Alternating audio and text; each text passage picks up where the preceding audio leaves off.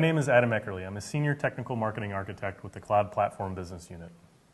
Hi, my name is Ahmad Yunus. I'm a Senior Technical Marketing Engineer, also in the Cloud Platform Business Unit. And today, in this video, we're going to discuss the vSphere 6.5 vCenter Server Appliance deployment types. We're going to be talking about embedded versus external, what each deployment type is, and the benefits. We're also going to be covering Enhanced Link Mode, or ELM, and talking about what you should consider for ELM. And then we're going to conclude with reconfiguring a vCenter Server appliance from an embedded deployment to an external deployment type. So let's get started.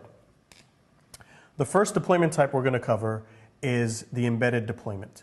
An embedded deployment consists of having a Platform Services Controller, or PSC, and vCenter Server residing on the same virtual machine.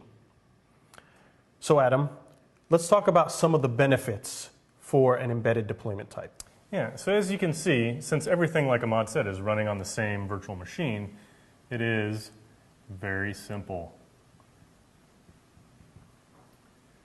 The next thing we probably should debunk is when customers ask, is this really production ready?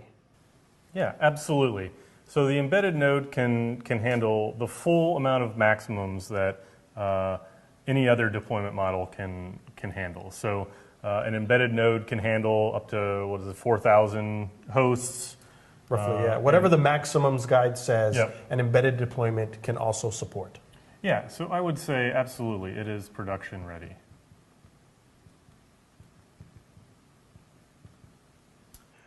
The next benefit is this deployment model is, what would you call it, self-contained? Yeah, absolutely, self-contained. So there aren't any ways to sort of tie other vCenters into it. So it's not impacted by any other vCenters in the environment. So a good example here is if you're deploying it, let's say for a DMZ zone, and you want it a self-contained, isolated deployment model, this would be a good way to start off. And I think we've got one more benefit to this type of model.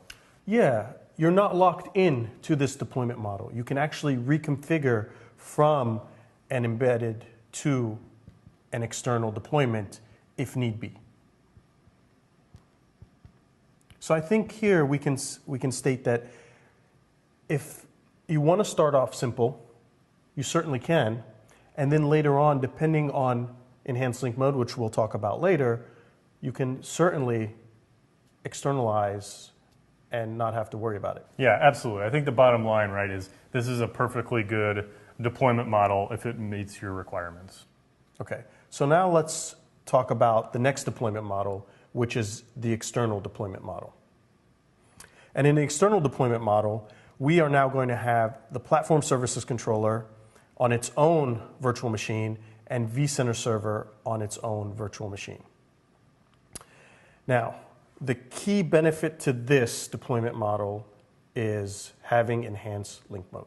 That should be your first decision point. Absolutely. And so Enhanced Link Mode, right, means that we can log into either of these vCenter servers and be able to manage not only the other vCenter server that we're in Enhanced Link Mode with, but all of the resources underneath the host. So you're saying that I can log into this vCenter server and still manage this vCenter server while logged in here? Absolutely. Everything, inventory, I can make changes.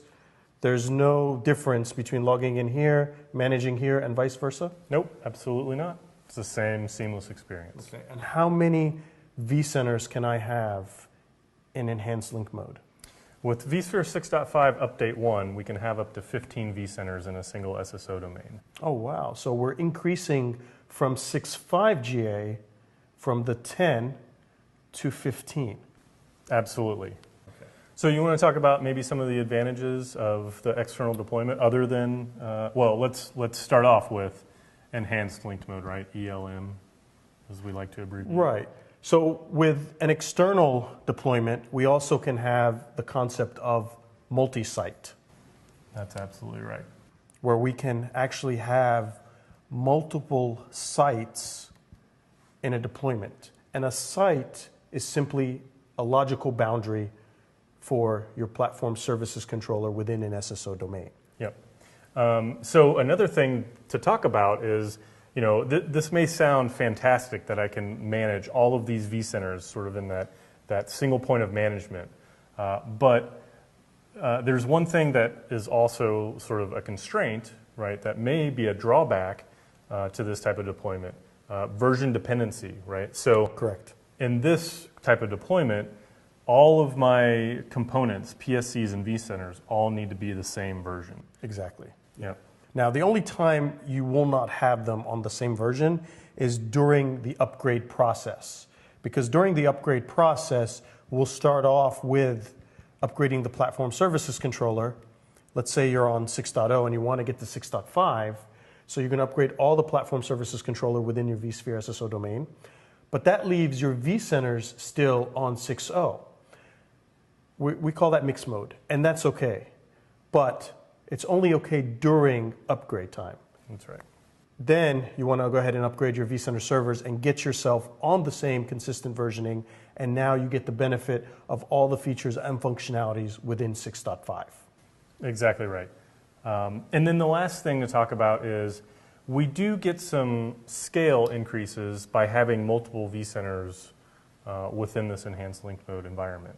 Scaled increases? Can you elaborate a little bit more? Yeah, so by having 5, 10, 15, even 20 vCenters in the same SSO domain, we can actually manage more hosts and more VMs in the environment. So for example, with 6.5 Update 1, we can manage up to 5,000 hosts in the vSphere domain and up to 75,000 virtual machines within the SSO domain. So that is more than a single vCenter could manage on its own. Wow, that's a lot to manage. So let's just jot that down, increased maximums. So the key here is to make sure that you are looking at the maximums guide, so that way you have a good idea of the supported numbers that you could have, whether you're embedded or running a external deployment on a single vCenter or multiple vCenters. Right, and we'll put a link to the maximums guide at the bottom of the screen. Okay, so now that we've kind of introduced the two deployment types and the benefits, we probably should talk about enhanced link mode. Yeah, let's do it. Okay. So with enhanced link mode, as we talked about earlier, you have to have the external deployment model. Yeah, that's correct. So just to be crystal clear, we did have some topologies that we have deprecated since the 6.0 days and the 5.5 days, where you could do linked mode and then subsequently enhanced linked mode with embedded PSCs. But that has gone by the wayside. So if you want to take advantage of enhanced linked mode, we have to do external PSCs. Okay, so here I have two external PSCs. It doesn't matter if they're same site, different sites. The point is, I need to have external PSCs that we're using for authentication purposes. Now, I'm going to draw my first vCenter server here. And I'm going to point it to this PSC. By merely doing this, I can manage this vCenter. If I want to add a second one, let's say to this same PSC, we can now manage both of these vCenters by logging in to any one of them.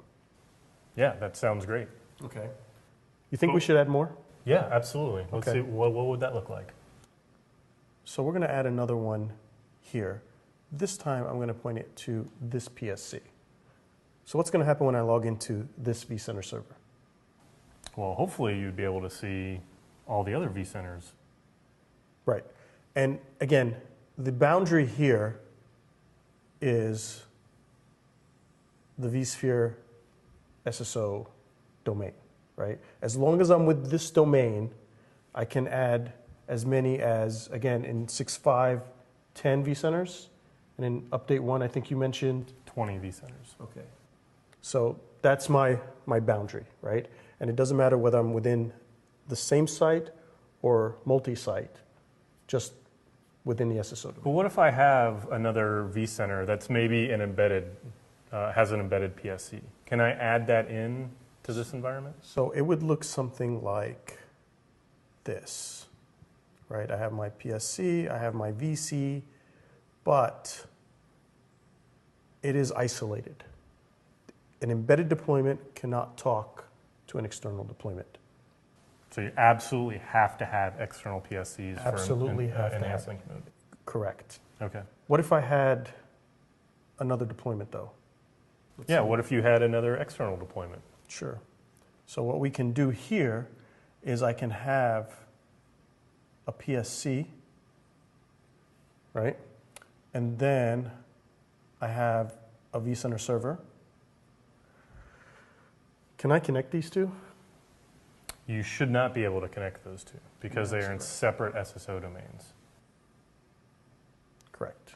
I think the key here is when you're doing the deployment, there's two questions you need to consider. The first one is this a new or existing SSO domain? And if it's an existing, well, you have this. If it's a new, then you have this, and you've isolated yourself during your deployment. Yep. Yeah, so it's very important that whatever SSO domains you have today, if they're separate, we can't merge them or connect them or anything like that today. Exactly. And then the second question is about site. And we'll cover site in a future video. But for now, just know that it's a logical boundary and a way to group your platform services controller. That sounds great. So you mentioned at the beginning of the video, or towards the beginning, that there was a way to sort of move away from an embedded PSC, because we talked about it being reconfigurable. Sure. So let's kind of dig into that a little bit. So I think the first thing we want to do is we want to draw out our embedded deployment, right? So here we have, again, PSC, vCenter living on the same virtual machine. And what we want to do is we want to repoint this vCenter to another PSC. So the first step is we're going to draw an external PSC. And if you're following at home, that means you're going to deploy an external PSC. And now we're going to repoint this vCenter to this PSC, followed by reconfiguring it, which is going to basically uninstall this PSC, and now this becomes a standalone vCenter server.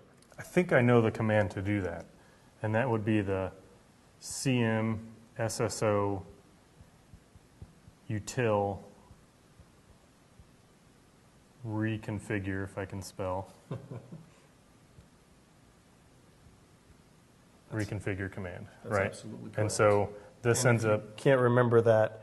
The way I remember it is CMSSO util is changed mind SSO utility, because I did change my mind. So Yeah, very good. So now that we've repointed and we've reconfigured, we've decommissioned that embedded PSC through this CMSSO util reconfigure command. Now we've got our external deployment. But I thought the whole point of this, right, is to prepare for enhanced linked mode. So then what would be next? So prepare for this. So now, if I can draw a straight box, is I am going to do that. So now I've deployed a secondary vCenter server. I can now point it to this external PSC, and voila, we have enhanced link mode. That sounds great. And now kind of the sky's the limit. Well, the configuration maximums guide is the limit. Exactly. As far as adding additional vCenters and additional PSCs and going into multi-site, which we'll talk about a lot of that coming up in another video. But you can see from what we've drawn, now we're enabled for enhanced linked mode, and by reconfiguring our embedded PSC out to an external deployment. I think to recap, the key here is understanding why you're deploying which deployment model. And then after that, figuring out, okay, what is supported in regards to the maximums guide. And based off that, coming up with some sort of design of what your deployment is going to look like. And now you can deploy it. And if you do happen to have an embedded deployment, you can externalize. The key, though, which is something we haven't mentioned, is what if I have multiple embeddeds. Can I link those guys, or is that a no-no? That was one of those deprecated topologies back in the 5.5 and 6.0 days, where now we absolutely cannot do that in 6.5. Okay, so deprecated before, meaning can do, still supported up to a certain point, but now not. Don't want you to do it. In fact, in many situations, you cannot even go down that path. Gotcha. So if you're getting ready to upgrade and you're in that situation today, we'd absolutely recommend that you get yourself out of that situation by doing some of the CMSSO util reconfiguring prior to the upgrade. That way, you don't find yourself in a spot where you're sort of in an unsupported configuration or topology for some amount of time until you fix it. Sounds good. All right. Well, that concludes this video. Thanks for watching. Thank you.